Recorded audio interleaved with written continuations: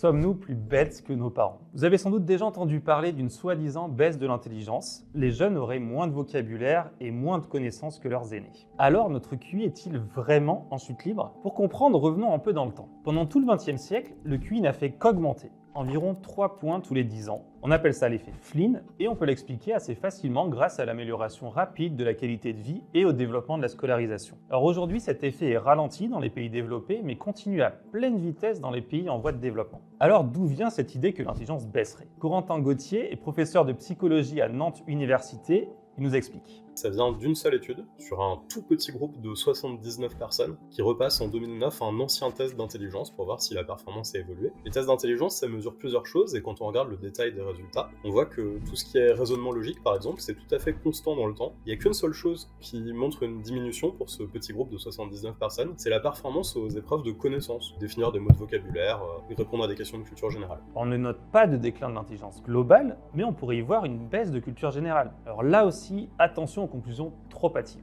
Le problème des épreuves qui mesurent les connaissances, c'est qu'elles sont inscrites dans un contexte culturel. La langue évolue, les programmes scolaires évoluent, et ça rend certaines questions plus faciles ou plus difficiles avec le temps. Dans cette ancienne version d'un test d'intelligence que les gens repassent en 2009, il y a encore des questions qui demandent de calculer des prix en francs. Évidemment, c'est des choses qui deviennent plus difficiles. Alors, c'est pas un problème du déclin de l'intelligence ou même de la culture générale, c'est simplement que les questions d'un test deviennent progressivement obsolètes avec le temps. C'est pour cette raison-là qu'on fait régulièrement des nouvelles versions des tests d'intelligence. Tous les 10 ans à peu près, il y a une nouvelle version. On peut donc conclure que ces chercheurs ont confondu l'obsolescence des questions d'un test avec une baisse de l'intelligence. Alors comment les auteurs ont-ils pu faire une bourde aussi énorme? Il semble que l'erreur ne soit pas si innocente que ça et que les auteurs aient un agenda plus politique que scientifique. Ils défendent notamment l'idée qu'il existerait des différences génétiques d'intelligence, à la fois entre les sexes et entre les origines ethniques. Pour aller plus loin, je vous invite à aller lire l'article de Corentin Gauthier dans The Conversation France.